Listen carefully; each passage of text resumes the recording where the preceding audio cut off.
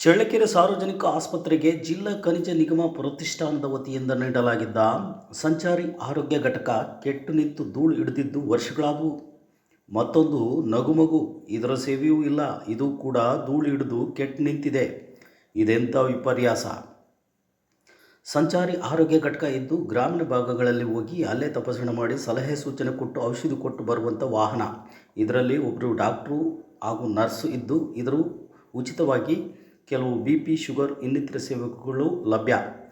ಇಂಥ ಸಂಚಾರಿ ಆರೋಗ್ಯ ಘಟಕ ಕೆಟ್ಟು ನಿಂತು ಧೂಳು ಹಿಡಿದು ತುಕ್ಕು ಹಿಡಿಯುವ ಹಂತಕ್ಕೆ ತಲುಪಿದೆ. ಅಲ್ಲದೆ ಹುಳ ವಿಷಜಂತುಗಳು ವಾಸ ಮಾಡ್ತವೆ.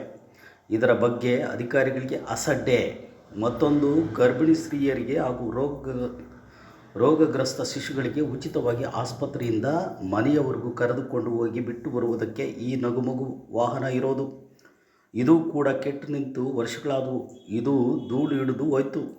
ಇದರಲ್ಲೂ ಹುಳ ವಿಷಜಂತು ವಾಸವಾಗಿದೆ ಎನ್ನಬಹುದಾಗಿದೆ. ವೈದ್ಯರುಗಳಿಗಾಗಿ ಕೇಂದ್ರ ಸ್ಥಾನದಲ್ಲಿ ಇರಲು ಮನೆಗಳನ್ನು ಕಟ್ಟಿದ್ದಾರೆ. ಒಂದು ಮನೆ ಪಾಳು ಬಿದ್ದಿದ್ದು ಅಲ್ಲಲ್ಲಿ ಜೇಡು ಕಟ್ಟಿಕೊಂಡು ಪಾಳು ಬೀಳುವ ಹಂತಕ್ಕೆ ಬಂದಿದೆ. ಇದು ಸುಸಜ್ಜಿತವಾದ ಮನೆಯಾಗಿದ್ದು ಪಾಳು ಬೀಳುವಂತೆ ಮಾಡಿದ್ದಾರೆ. ಆಸ್ಪತ್ರೆಯ ಅಕ್ಕಪಕ್ಕದಲ್ಲಿ ಗಿಡ ಗಂಟೆ ಬೆಳೆದಿದ್ದು ಸ್ವಚ್ಛತೆ ಮಾಡೋರಿಲ್ಲ. ಸರ್ಕಾರಿ ಅಧಿಕಾರಿಗಳಿಗೆ ತಮ್ಮ ಇಲಾಖೆಗೆ ಕೊಟ್ಟಿರುವಂಥ ಮನೆಯಾಗಲಿ ವಾಹನವಾಗಲಿ ಅಚ್ಚುಕಟ್ಟಾಗಿ ಇಟ್ಟುಕೊಳ್ಳಬೇಕೆಂಬ ಪರಿಜ್ಞಾನ ಇಲ್ಲ. ನಗುಮಗು ಹಾಗೂ ಸಂಚಾರಿ ಆರೋಗ್ಯ ಘಟಕ ಹಾಗೂ ವೈದ್ಯರ ವಾಸದ ಮನೆ ಈ ಮಟ್ಟಕ್ಕೆ ಬಂದಿದೆ. ಜನರ ತೆರಿಗೆ ಹಣದಿಂದ ಖರೀದಿಸಿದ ವಾಹನವನ್ನು ಸರಿಪಡಿಸಿ ರೋಗಿಗಳಿಗೆ, ಗರ್ಭಿಣಿ ಸ್ತ್ರೀಯರಿಗೆ ಹಾಗೂ ಶಿಶುಗಳಿಗೆ ಸಿಗುವಂತಾಗಲಿ ಸಂಬಂಧಪಟ್ಟ ಆರೋಗ್ಯ ಇಲಾಖೆ ಗಮನ ಹರಿಸುವುದೇ ಕಾದು ನೋಡಬೇಕಾಗಿದೆ.